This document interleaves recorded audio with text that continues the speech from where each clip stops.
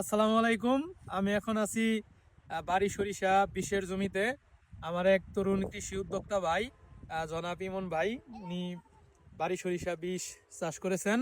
এই জাত সম্পর্কে ভাইয়ের মুখেই শুনবো কিভাবে পরিচর্যা করছেন। সালাম আলাইকুম। এই যে যে জমিতে দাঁড়ায় আছে এটা হচ্ছে বাড়ি সরিষা বিষের জমি। হ্যাঁ, একটু যদি আপনি ক্লোজলি একটু দেখান, একটু গাছগুলোর অবস্থা দেখেন। এটার বয়স হচ্ছে প্রায় 40 দিনের মতো। তো আমরা সরিষা বীজের জন্য হচ্ছে আমরা ভিডিও করেছিলাম, সেখান থেকে অনেক মানুষ আমাদের কাছ থেকে বীজ নিয়েছিলেন, সরিষার বীজগুলো নিয়েছিলেন। হ্যাঁ, আসলে মাঠে দাঁড়ায় থেকে দেখানো বীজ বিক্রি করার জন্য দুইটা আসলে আলাদা ব্যাপার। এই জন্য দেখেন, আসলে গাছগুলো যদি দেখেন গাছগুলার এখন যে অবস্থায় আছে, এখানে আমরা একবার পর্যাপ্ত পরিমাণ সার দেওয়ার পরে এখানে হচ্ছে আমরা কুমোলাস স্প্রে করে দিয়েছিলাম। কুমোলাসের সাথে একটা মেটাল স্প্রে করে দিয়েছিলাম, যেটা হচ্ছে ম্যানকোজেব এবং মেটালেক্সিল গ্রুপের কম্বিনেশন ছিল।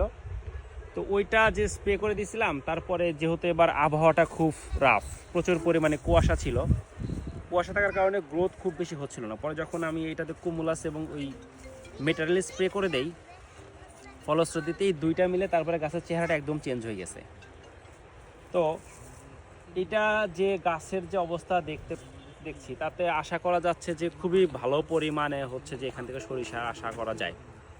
যেহেতু গাছের পাতাগুলো অনেক মোটা, সেহেতু এটা হচ্ছে ক্লোরোফিল বেশি নিবে, সেখান থেকে বেশি খাদ্য উৎপাদন করবে।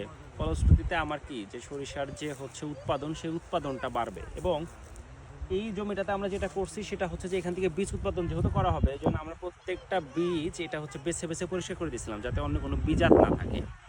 হ্যাঁ, তো আমাদের রতন স্যার আমাদেরকে বীজ টেনে দিয়েছিলেন, আমরা স্যারের কাছে অনেক অনেক কৃতজ্ঞ। সেখান থেকে আমরা এবছর আপনারা জানেন যে অনেককেই আমরা বীজ দিছি।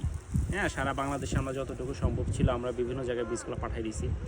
এবং আমাদের এই কামারখন্দ থানাতেও প্রায় 100 বিঘার মতো হচ্ছে কি বাড়ি সরিষা বীজ উৎপাদন হচ্ছে। অন্য অন্য জায়গায় কীরকম হচ্ছে আমরা সেটা জানি না, তবে আমরা যেটা চিন্তা ভাবনা করছি যে এটা আমাদের কামারখন্দে আমরা ছড়াই দিব, সিরাজগঞ্জ জেলাতে আমরা এটা ছড়াই দিব। এবং সেই সাথে সাথে সামনে বছর আমরা প্রায় 3 থেকে 400 মণ বীজ যেন উৎপাদন হয়, আমরা সেই একটা লক্ষ্যমাত্রা নিয়ে এবার আগাচ্ছি। যাতে হচ্ছে কি আমরা শুধু এই সিরাজগঞ্জ এবং কামারখন্দ না, পুরা বাংলাদেশে যেন এই উন্নত মানের জাতটাকে আমরা ছড়াই দিতে পারি, সেই প্রচেষ্টা আছি। তো আমাদের সাথে আমাদের উপসহকারী কৃষি অফিসার আছেন, উনি আমাদের এইখানে খুব বেশি দিন হলো আসেন নাই, কিন্তু আসার যখন থেকে আসছেন আমাদের বিভিন্ন রকম পরামর্শ দিয়ে উনি মানে হেল্প করে আসছেন। তো এই অবস্থায় আমরা একটু শুনতে চাবো যে আসলে এরপরে যদি আমরা আরো কি কি পরিচর্যা করি তাইলে কিরকম ভালো ফলন পাবো, এই বিষয়ে তার কাছে একটু শুনবো আমরা।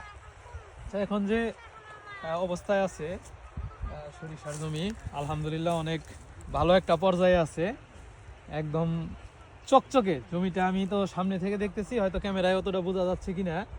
জমিতে কোনো রোগবালাই বা পোকার কোনো আক্রমণ নেই। তো আপনি এরপরে যে কাজটি করবেন সেটা হচ্ছে 60 থেকে 70% ফুল আচ্ছা, ঝরে যাওয়ার পরে আপনি একটি ছত্রাকনাশক স্প্রে করে দিবেন। সেটা আপনি নাটিবো স্প্রে করে দিতে পারেন, আচ্ছা, আচ্ছা। বা রোবরালো স্প্রে করতে পারেন। সাথে এবং কি কোনো বোরন এবং সেই সাথে যদি সলুবর বোরন স্প্রে করেন, আপনার হচ্ছে প্রতি লিটার পানিতে 1 থেকে 1.5 গ্রাম হারে মিশিয়ে সাথে একটা সলুবর বোরন স্প্রে করে দিবেন। তো এই ছত্রাকনাশক আর সলুবর বোরন স্প্রে করে দিলে আপনার হচ্ছে দানাগুলাও অনেক পুষ্ট হবে। এবং কি সরিষার যে আপনার এই যে আপনারা যেটা বলেন যে সিম আসতেছে, যেটা ফল আসতেছে, এটা অনেক চকচকে হবে, পুষ্ট হবে এবং ফলনও আলহামদুলিল্লাহ অনেক ভালো হবে। স্যারকে অনেক অনেক ধন্যবাদ। স্যার আমাদের এখানে তার মূল্যবান সময় ব্যয় করে আমাদের এখানে আসছেন। উনি প্রায়ই এসে থাকেন, আমাদের বিভিন্ন রকম খোঁজ খবর নেন। তো এইখান থেকে আমরা যে বীজের লক্ষ্যমাত্রা নিচ্ছি, আপনারা যারা ভবিষ্যতে বীজ নিতে চান তারা আমাদের সাথে আগে থেকে যোগাযোগ করবেন। আমরা খুচরা এবং হচ্ছে পাইকারি দুইটা ব্যবস্থায় আমরা এটা দেওয়ার চেষ্টা করবো। সর্বোচ্চ পরিমাণ চেষ্টা করবো প্রান্তিক কৃষক যারা আছেন, যারা 1-2 বিঘা 2 বিঘা জমিতে চাষ করেন, তাদেরকে সবচেয়ে বেশি প্রায়োরিটি দেওয়ার জন্য। তো যারা যারা বীজ নেবেন তারা আমাদের সাথে যোগাযোগ রাখবেন। ইনশাল্লাহ আমাদের আছে, স্যার আছে এখানে। হ্যাঁ, স্যারকে জানাইলেও হবে। এবং আমাদের যে উপজেলা কৃষি অফিসার স্যার আছেন রতনচন্দ্র বর্মন স্যার, ওনাকে যদি আপনারা জানান, তো স্যারের মাধ্যমে আমরা সব জায়গায় ইনশাল্লাহ বীজটা পৌঁছায় দিব। আমিও চাই যে ভালো বীজ গুলাই কৃষকের কাছে যাক এবং কৃষকরা যাতে এই বীজগুলা নিয়ে লাভবান হতে পারে, ভালো ফলন পেতে পারে।